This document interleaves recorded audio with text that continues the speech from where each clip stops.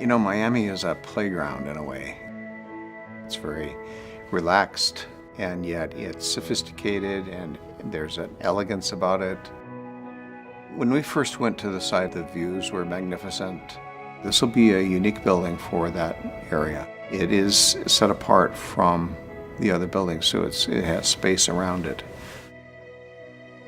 One of the devices we used to relate our architecture to was the Riva boat, because they're so beautifully designed.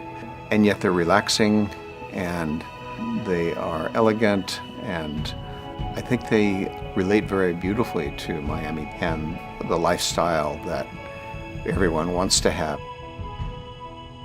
If you look at the formal aspects of the building in terms of its sculptural nature, it's very fluid, it's very organic.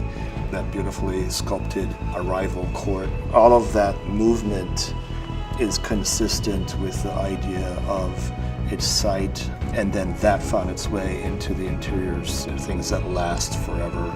There are things that the quality never fades, and that's what we were looking for. I work with my team to create functional family home. This is going to be a gym, kids club, cinema, private dining, and we have two great pools. We're going to build a marina there so you can keep your boat. I bring my team from Amman who designed the spa for the building. The spa is going to be one of the signatures for this building. So we create the many areas which people can feel with the landscape, which people feel private and can enjoy relaxation. The walkability of it, the access to the waterfront, the docks is tremendous.